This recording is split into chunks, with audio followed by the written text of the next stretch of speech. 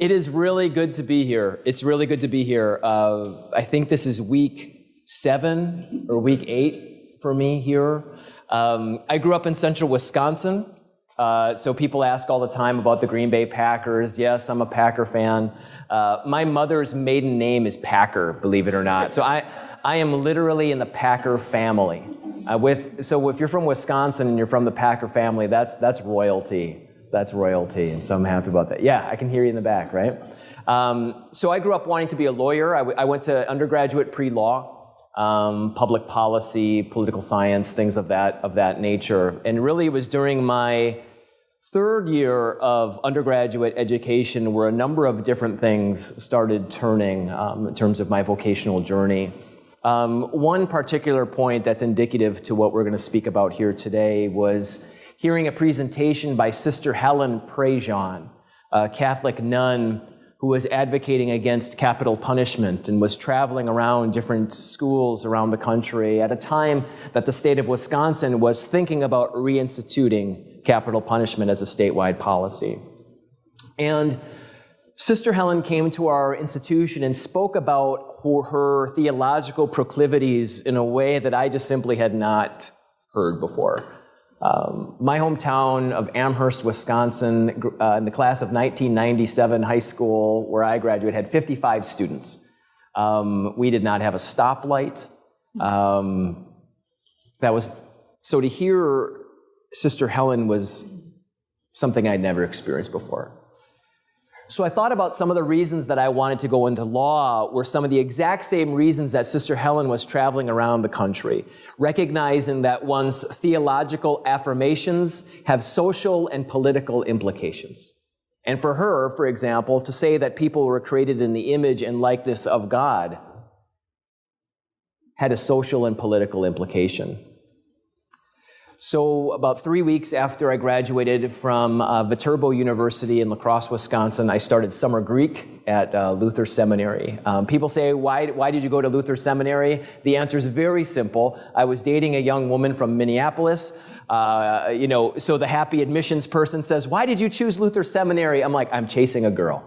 That's really why I came here. And as life would happen, this young woman received a wonderful job offer doing research in a different area, and all of a sudden I was single, 23 years old, a Wisconsin guy stuck in Minnesota.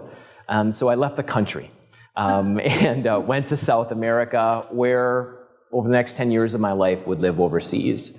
That first 5 years in Guyana, as Boone mentioned, and then the final 5 years in South Africa. It was during that time in South Africa where I did my second master's degree and did my PhD at the University of KwaZulu-Natal in their theology and development program, which I have yet to find a graduate student that enjoyed graduate work as much as I did. To live and to learn alongside people in the front lines was just a blessing that I'll never fully repay. On a personal note, that young woman who I chased to Minnesota and broke my heart and shoved me off to Guyana, she sent me an email a couple years later, told me that she quit her job and joined the Peace Corps and that they were sending her to Guyana as well. So we just celebrated our 11th anniversary last Saturday, and we call it an arranged marriage. And so Kristen is a professor of exercise science. She's teaching here, and we have a son who just started first grade and a daughter in kindergarten. So these ideas come out of that experience because we know that when it comes to theology and comes to practice and conflict, that the context sets the content. And for me, thinking about the different contexts that I've been fortunate to be in, it often comes down to 3 theological principles. And then from those theological principles, getting into something that I want to call the olive agenda, which I think has the opportunity to transform various forms of conflict in our global reality. So I'll start there.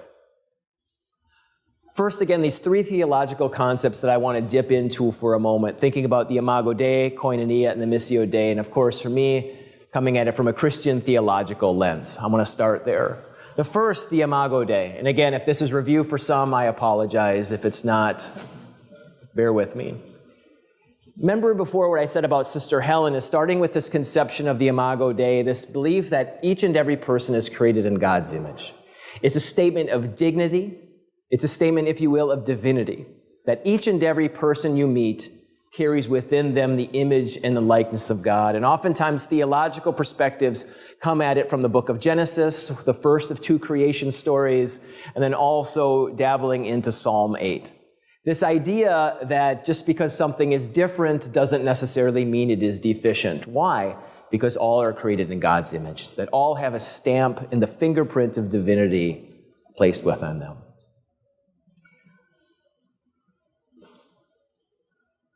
As I think about it, I'm reminded of Wade Davis's quote, for those that are familiar with it, that the world in which you were born is just one model of reality. Other cultures are not failed attempts at being you.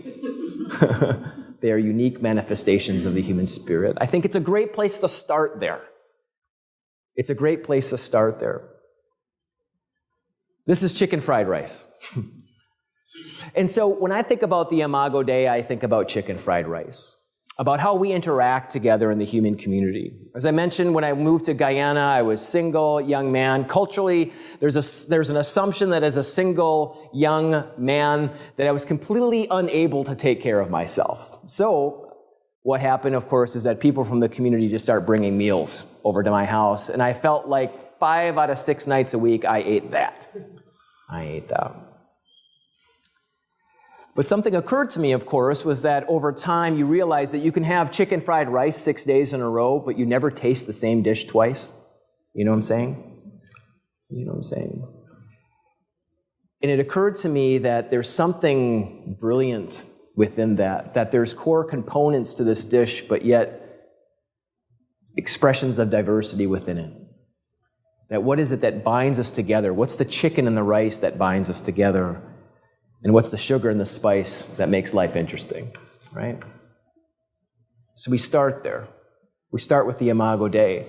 And it moves us to the second theological conception of koinonia, which comes to us from the New Testament, this idea of communion by intimate participation, this idealized state of fellowship and community from the Christian perspectives, thinking about the book of Acts as the early followers coming together, breaking bread together, the temple courts, sharing all that they had. As I said, we would get to communism sooner or later. There it is, right? The idealized state of fellowship and community, koinonia. One of the things that I struggle with, though, is the pushback against this. And people ask all the time about the things that strike you after living overseas for a while. For those of you that have also lived overseas, coming back is often far more difficult than going. And our sense of idealism gets pushed up.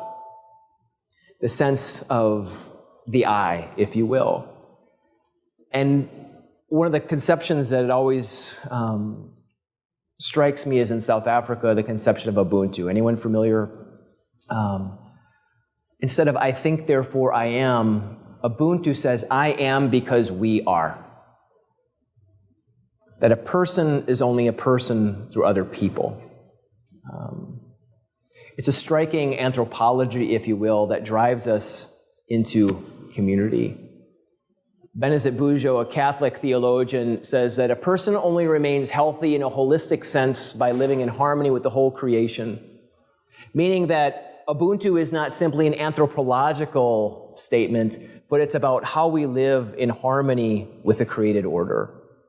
That Ubuntu is beyond just human-to-human interaction, which I think is striking, and we'll come back to it. And I think King practiced Ubuntu as well. I just like to throw this up there as well. We see remnants of it from time to time. The interrelated structure of reality. Koinonia, communion by intimate participation, meaning that I cannot be all that I am unless you are all that you are. One of my favorite pictures from overseas. Isn't that great? Isn't that great? A little story. When my son was born, he was born in South Africa in 2010, and Ubuntu was played out for me. I up to that point, we'd been living there for about a year and a half, and my name in our neighborhood was Umfundisi Konkol, which kind of means Pastor Konkol, but not necessarily a title, but it was more about this is how I related to the people around me. And on October 13th, 2010, when my son was born, I was approached by my neighbors and said, your name is no longer Umfundisi Konkolo. Your name is Baba Kaya. Kaya's daddy. My son's name is Kaya. Isn't that amazing? So that sense that your identity is wrapped up into your community and that who you are is wrapped up into who you are surrounded with. So the Imago Dei, koinonia, and the third piece, the theological conception, is the Missio Dei, this branch of theological discourse which tells us that it's not simply about who the divine is, but what the divine is actually up to, right? What is the divine actually up to in our world? So again, the Missio Dei, the sending of God, and from, again, my own Christian perspective, thinking about the mission of God being in the very nature of God, that God's up to something.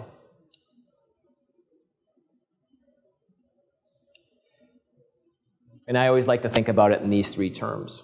Is that what is God up to? God's up to reconciliation, bridging the brokenness of our world, transforming structures and systems, and empowering us to use our gifts to co-create in the world. I'll skip over that story. So oftentimes when I think about what God is up to and bringing us towards this conception of the olive agenda is that rethinking what the work of conversion is. And of course, when we're thinking about missionary work and missiological discourse, the entire conception, it gets murky and very challenging, recognizing the colonial history of these movements, right? But I think when we take a step back from it and to think about what the word conversion means, conversion as a radical reorientation, I would hope that we all experience various forms of conversion each and every week. To have our orientation challenged and moved with new ideas, new relationships, new opportunities. So what does it mean to have our connections converted? Because for me, when we're thinking about the global village and what it means to live in this society, is that oftentimes people have these flowery assumptions about, the global village, we're all singing Kumbaya and we are the world and everything's great and it's all wonderful. But I think one of the striking things for our students and for all of us is that when we look at the global village and what's actually happening in our world is the gross inequalities and structures of conflict taking place. And that this is what the global village looks like. And this is what the global village looks like. This is what the global village looks like. This is what it looks like. This is what it looks like. Steve de Gruchy, my mentor in South Africa, he said that the global village has a chief, a headman and favored families, poor families, women who collect the water and the firewood, beggars living on the scraps on the edge of town, and lepers who aren't allowed into town, and the price of having a stall in the market is too high for some families to trade their goods. So we do live in a global village, but the reality is that when we're looking at conflict, it pushes us into power and privilege and who's setting the agenda of the global village. And that it looks like this.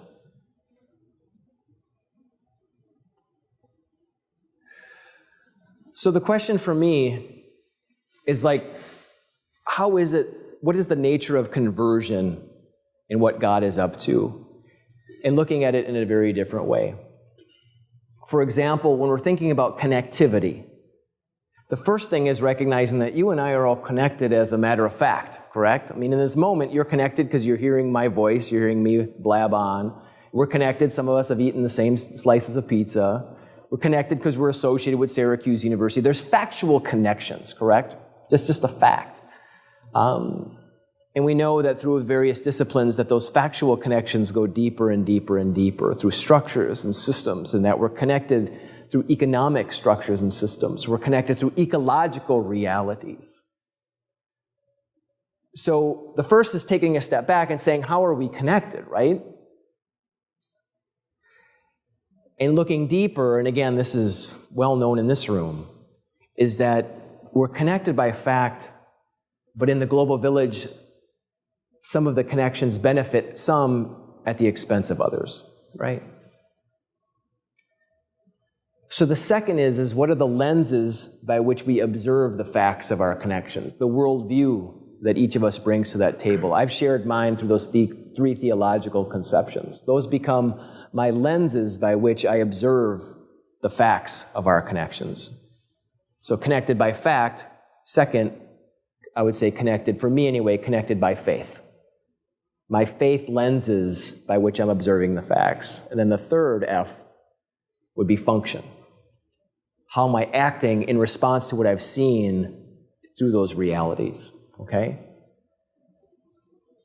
And I call it the conversion of connections. Recognizing that oftentimes we think about conversion as an act of the individual. That missionary work therefore becomes, how do I convert this person from this set of beliefs to that set of beliefs? But I think if we open up conversion as a radical reorientation through the lenses of Ubuntu and Koinonia and Imago Dei and Missio Dei, it becomes a much more broader sense, so that we're trying to convert this into that. So that we're converting our connections. So we're connected by fact, from my perspective, connected by faith, and therefore function in through what God is up to in the world through this olive agenda, which I'll propose right here. So the olive agenda comes out of another conception, the Greek oikos, the household of God, this sense of togetherness, unity, so on and so forth. House, dwelling. Found in the Septuagint, the New Testament as well. And what we know is that oikos, from an etymological perspective, is also the root word for economics, ecology, and ecumenical relationships, right? Which I think is actually quite fascinating. So we're thinking about oikos nomos as the rules, oikos logos as the wisdom, oikumene as the whole inhabited earth. How is it that we bring these together to transform the conflict between our ecological discourse and our economic discourse currently taking place? One of my favorites. He says, so the bottom line below the bottom line is that if we don't recognize that the laws of economics and the laws of ecology are finally the same laws, we are in deep doo-doo. Use that on your next paper, students. Use that on your next paper. So we start breaking this down and recognizing that in our political discourse and social discourse, we see this divide between the green agenda and the brown agenda, right? The brown agenda, I'm calling it that. That's from an old Catholic conception. We see actually our own Catholic chaplain here, Father Jerry, who wears brown robes as a sign of his vow for poverty, okay? So that's where that's coming from.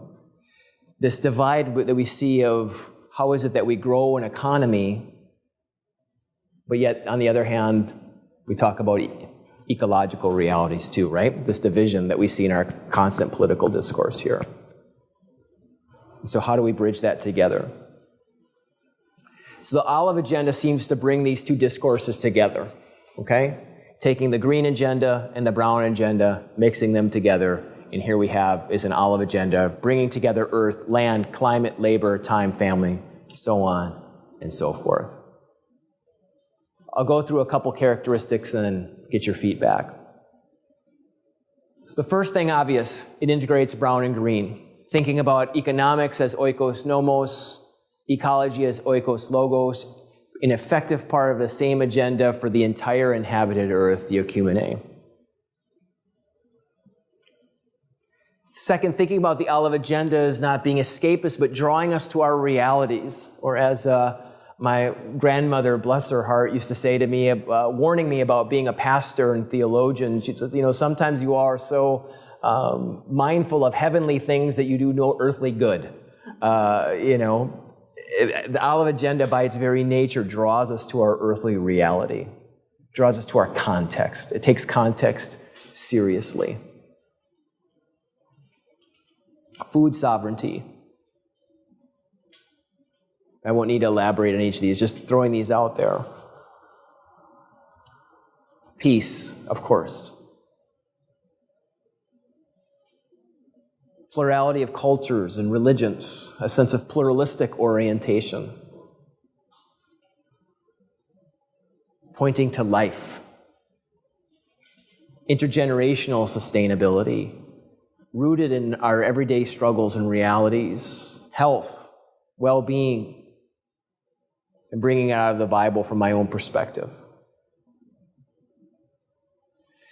So when I think about transforming conflict, I'm thinking about conflict in three ways. Thinking about the conflicts within myself, the interpersonal conflict. Here I'm talking about structural conflict and the conflicts that we're seeing between our dominant economic cultures and the ecological realities of Earth's natural regeneration patterns.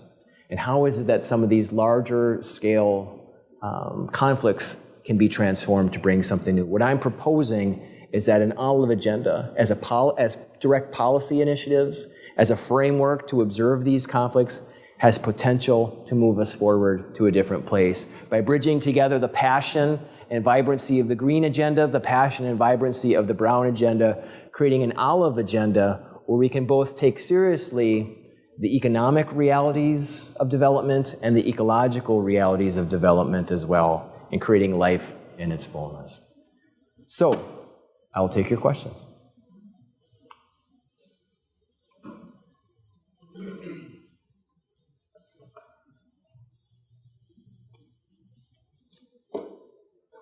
Yes, please. So when were you going to plant the first olive tree in the salt flats around the Dead Sea? Is that a literal or metaphorical question? I saw a book in Bird Library, like Monday, about Dead Sea and the River Jordan. It's only a couple of years old, less than a couple of years old, I think. And I guess it's a pretty good book. I didn't read it, but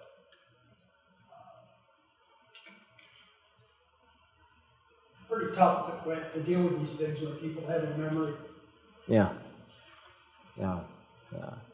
I think there's a great, when you're talking about memory, just for the sake of sharing, I don't know how it directly or indirectly relates. One of the great organizations we got to work alongside was in Cape Town called the Institute for the Healing of Memories. And it was I highly recommend looking into it, just as an anecdote, just to share. Because part of these popular struggles is what do we do with our memories? What do we do with our memories? And of course, the context of South Africa, 25 years after the liberation of Mandela, those memories remain. So Father Michael Lapsley, a Catholic priest who had both hands blown off through a letter bomb from the nationalist government, started the Institute for the Healing of Memories and brings people together across various lines of division and deal with their memories together and are real about the limitations of the Truth and Reconciliation Commission, where it succeeded, where it did not, what was left over. And obviously, as we're thinking about our own realities here, how do we remember as a community? And so, thinking about the realities in terms of, not just the Middle East, but South Africa, and here in our own realities as well. But that's just something I would offer in response to that. Yeah, please. Thank you. Very fascinating and helpful. Thank you. Thank you. So I had a question, maybe comment. Religion has such a bad rap in my field, where it's either seen as an embarrassment to rational choice, and so it's dismissed, or it's seen as some dangerous boogeyman, right, where the religious are to be marginalized because they are the violent and they are the extremists, and they are, and so when you look at a lot of peace movements, actually, they're quite secularized, they're quite secular, and the religious or religious figures, are, and religion is shunted to the side, like that you're a problem, and we'll solve the problem with rational choice perspectives. And so, what I guess my question is, when you present this in various arenas, do you get a pushback with people who say, I want you to come in, but most of the people we interact are problems for peace. And so I would rather not include the religious because they're spoilers or extremists or sure. That's kind of the rubric. Yeah, no, that's a great. I mean, number one, there's plenty of literature challenging the idea that religion is at the core of those conflicts. So I would push back a little bit on that, but also there's a couple different things. I mean, for example, right now at Syracuse University, about 84% of our current students would self-identify as spiritual in some shape or form. 84% current students. So just as I would not want to marginalize someone's gender identity, racial identity, ethnic diversity, sexual identity, whatever it is, for me to take their very real spiritual identity and push that to the side, I think is a significant disservice. A couple things is, what are we talking about when we're talking about religion, right? And I think that part of it too is just to think about those terms.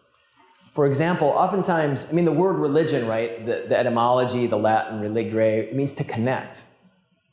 So if we're looking at it simply from the etymology, we're all religious in some shape or form because we all connect to something or someone outside of our immediate reality. Now, again, what is religion? Let me just say three things. The first is that there's traditional religious practice. It's guys like me with a white robe doing hand signals in front of a couple hundred people, right? Traditional religious practice, where communities gather together to practice their religious traditions. I'm obviously an adherent of that. But the second piece is also what I would call personal religion and spirituality. And personal religion and spirituality is how I make meaning of my life. And again, 84% of our current students would buy into that. That my life is more than just getting a paycheck. My life has purpose and meaning, and I want to be well. I don't want to just do well, I want to be well. Language of resiliency, right? The sense of personal religion, personal spirituality. The third thing is also what I would call public religion and public spirituality, and those are the narratives that shape us. The stories we tell about ourselves to each other and to ourselves. So it's kind of like when people go and see Paul McCartney on Saturday, and they're like, gosh, it was like a religious experience in there. Well, they're right. They're right. It is a religious experience. And so it's just a matter of how we define that and what that means.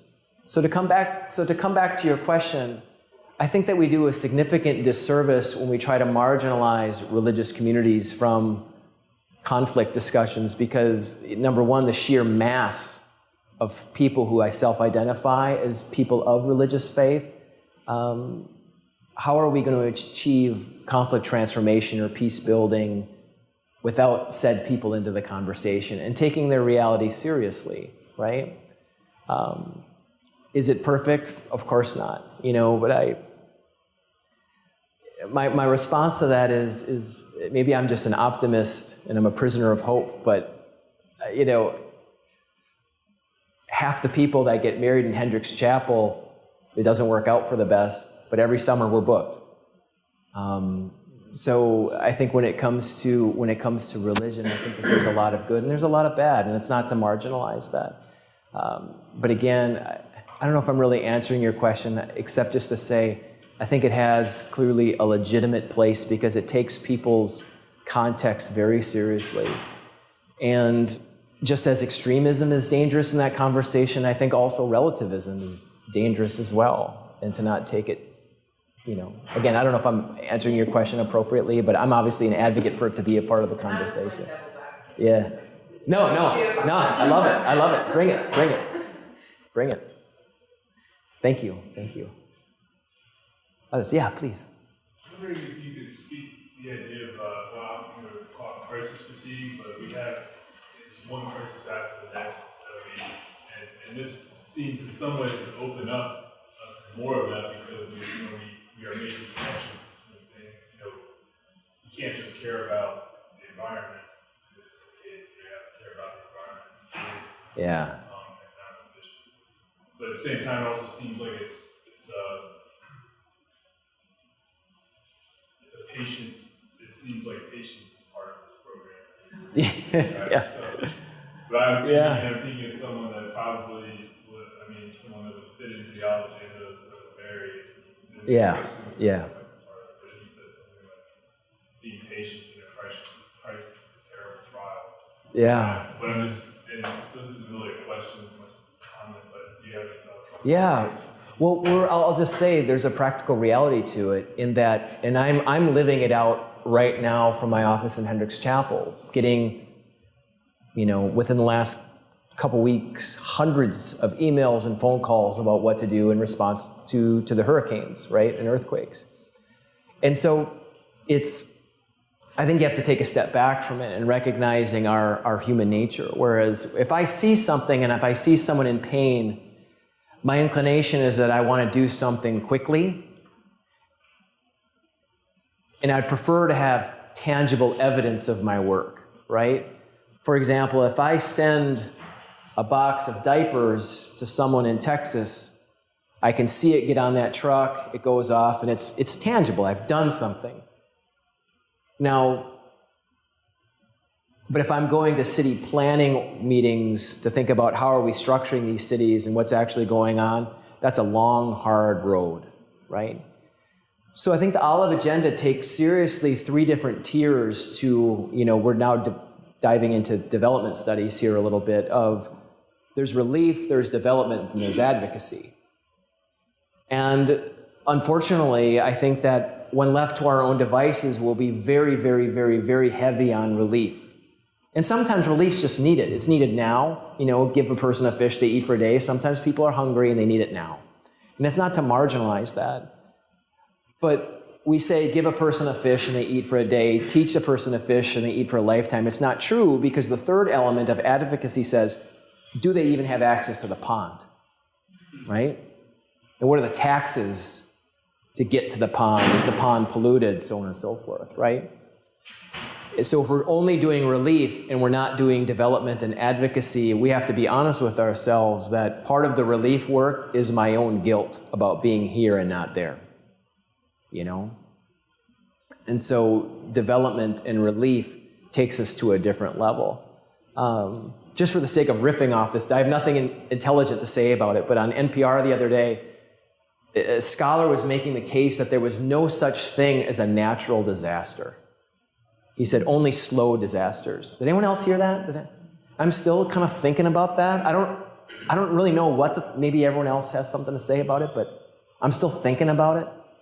He said, but he was getting into city planning and where we put these cities and so on and so forth. He said there's no such thing as a natural disaster, only slow disasters.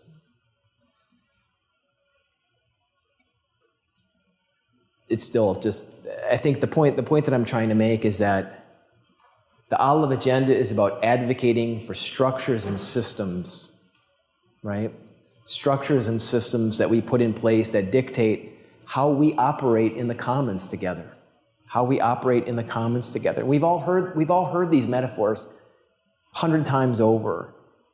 But it's the Olive Agenda and thinking about economics and ecology. It's thinking about the rules that dictate how you and I operate in the commons together. And I think it's important to take that seriously. But in doing so, recognizing our own human nature to want to do things quickly. And this is getting worse every year, right? We want justice and we want it now. Like, well, keep living, It takes time, unfortunately. And that's. To me, this is maybe the most controversial thing yet today. I don't see that the money to do visionary things politically is going to be well available. Not that there isn't a lot of private philanthropy money and a lot of serious volunteer organizations like the soldiers that go to Iraq to rebuild the water plants. So what I'm going to say in controversy is we've got a VA center going up a block from here, and a $640 billion defense budget.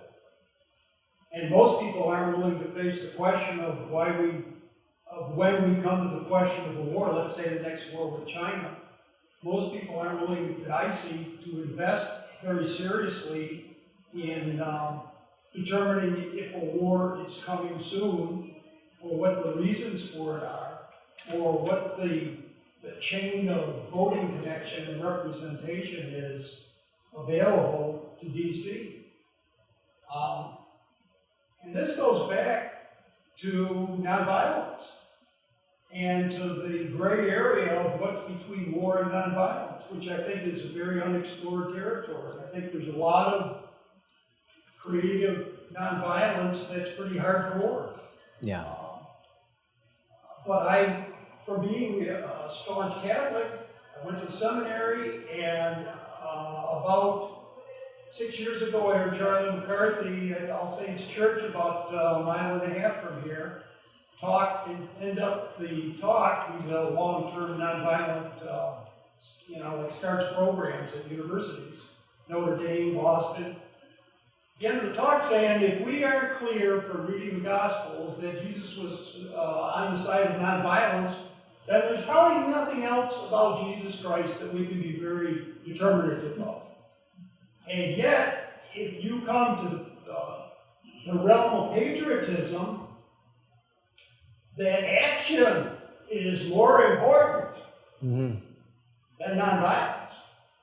An act of nonviolence is essentially disrespected in a lot of cases as being inappropriate to patriotism. So I'm not trying to put a needle in your optimistic balloon, but from the perspective of the pews for Catholics, most of them do not know what nonviolence requires. Or that Christ is on the side of nonviolence. Well, it's as a proud graduate of a Catholic college, I would say there's two real clear ones. One is nonviolence. Two is welcoming the stranger. And again, I think my perspective is that Jesus was a great community organizer, and I think that there's a couple different things. I mean, you could obviously respond in a lot of different ways, but to me, it's, as you're saying, what are some of the core components of war? And all I can say in response to that is, for me, an agenda such as this, and we can see the books out there that are coming out about sustainable development. It's going into that realm, right? I mean, I'll give you an example that gives me hope. I mean, little Amherst, Wisconsin, where I grew up, 900 people. 3 miles down the road in Custer, Wisconsin, which I think has 10 people, is the Midwestern Renewable Energy Fair, which brings tens of thousands of people to that area.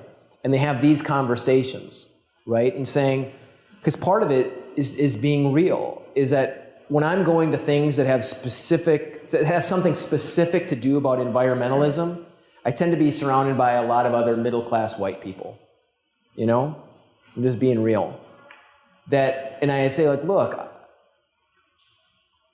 I'm all about this and that, but there are some people that don't know where they're going to eat tomorrow. And I'd love to save that tree, but if that tree is going to build a fire for someone tomorrow, we have to take that seriously.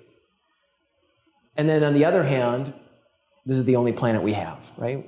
And so at that fair, those are those ideas. I mean, I'd recommend it to anyone, where these ideas come together, where we share, and there's real life solutions, where there's technologies and vendors and others are saying, well, let's move forward on this. And I think, as we know, it's there. It's the political will and the opportunity to see it happen on a more structural level. But I could respond to a lot of other things, but I'm with you. It's Rich in the back. Yeah, I'm sorry. I like your title on that, and I'm just curious, was this thing in discussions before or something new idea about the olive agenda? Because this is the first time I've heard that, and I can see where the sources would come from. Yeah. Is it something you had formulated? Or No. I'll actually tell you what happened is my first graduate advisor, Steve de Gruchy, he wrote one paper on it, and then unfortunately passed away. He was 46 years old, and he wrote one introductory paper. And it was just a couple pages, just ideas. And so since then it's been a couple years now, and felt let's take it further and develop it, bantered around in ideas in forums such as this. So that's really where it was born. Steve deserves the credit, yeah. And I also like the way you presented it in 3 ways. That the second one being the brown, the green, and olive.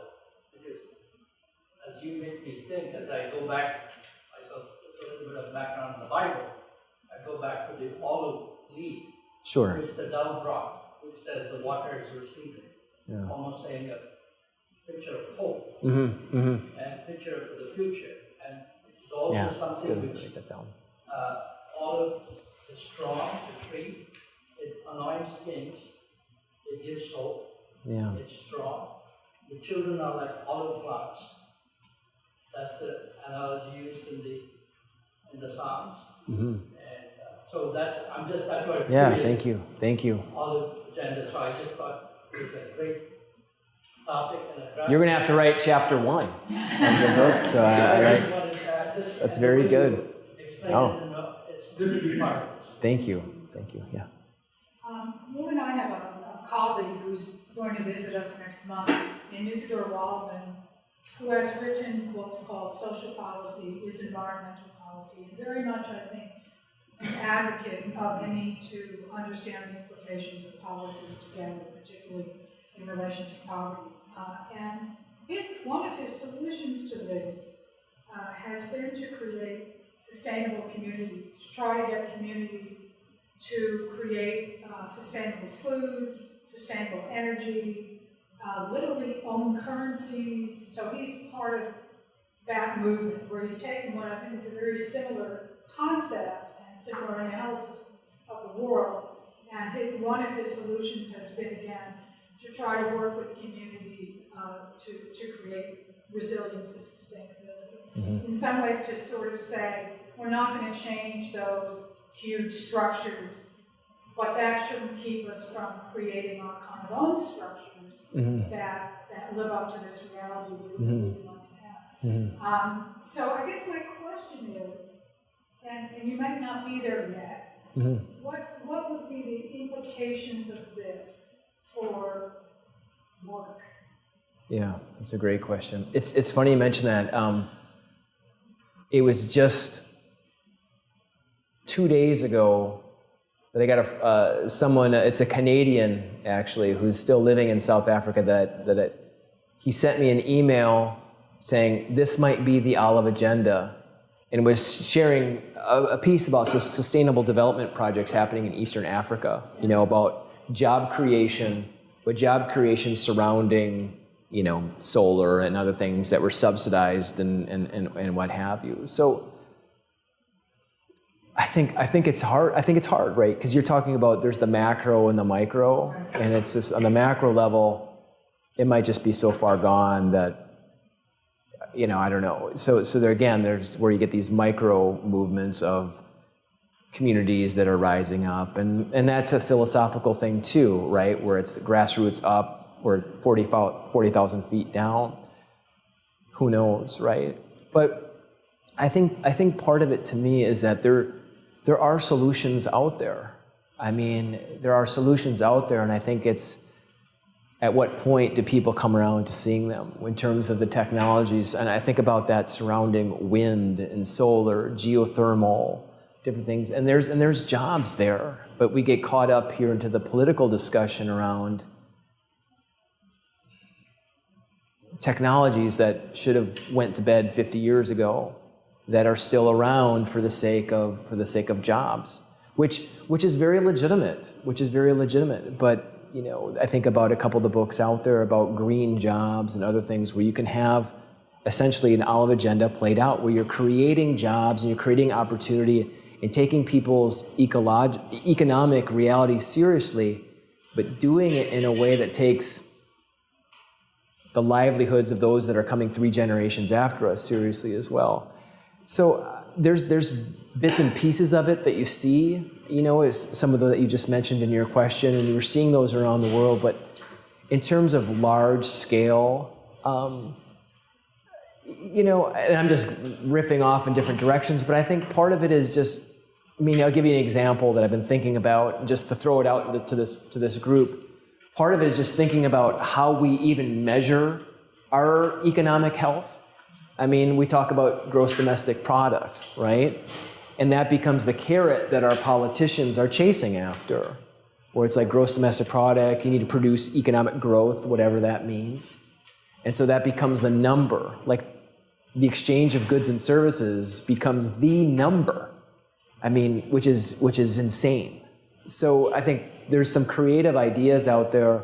For example, I think it's out of Berkeley. It's called the Genuine Progress Indicator, the GPI, which takes 25 or 30 different factors into account to measure economic health in its ecological realities. It puts a value on volunteer service, that for example, that volunteers, while they might not account into GDP, have value for our society. So that gets thrown in. And so saying, if we could just measure our economic health by different measures, perhaps that's another way to get at the issue, just to throw that out there. It's the GPI. I want to say Berkeley, but I know it's the GPI. It's a good measure. It's also a happiness index. Yeah. No, we don't. But I think that's part of it. Yeah, in the back, please. Going on this, so ideally, when would this happen? So are you going into an area that has a lot of conflict, or kind of just having it on the same property level, or is there an ideal place in which you're able to focus on both economic and ecological things and this idea of community at the same time compared to somewhere else? Yeah, that's a great question. I think in practical reality, and just terms of development work, some places might be more ripe for it than others. So there's just a practical reality to it. But for me, looking at the depth of it in terms of the oikos, it's just saying it is making, in some ways, a universal claim that the rules of the household, right, and the wisdom of the household, encompassing the totality of the earth, if you will. It's really a conception for the way we organize the global community. And again, to the point, does that happen on micro levels in smaller communities and then bubbling on up or top down? It is what it is. But I think that in terms of implementation, there are some places that are more ripe than others. Unfortunately, oftentimes what happens is it's those that are dealing in the aftermath of a pretty significant crisis that therefore are open to alternatives. So again, I don't know if I'm answering your question, but I think in practical reality, it's probably those that are coming off of a pretty significant conflict situation. But some of the most dangerous conflicts are those that aren't visible and dangerous enough to pay attention to, that are just slow burning over time, I saw a hand up. Yes, sir, thank you. Fascinating. I seem quite comfortable with drawing on secular research. Yeah. It does occur to me that a lot of the secular work comes out pretty much where you are, from where you're coming from. And why not? That's perfectly reasonable. I think that would be useful if that was more explicit, that there are many different roads. We're all trying to reach some very common shared. Yeah. No, thank you. I think that's part of the theology and development program, which we came out as taking the social sciences very seriously, to say that here's our research, this is where we go, and so how do we view that again through the theological lens?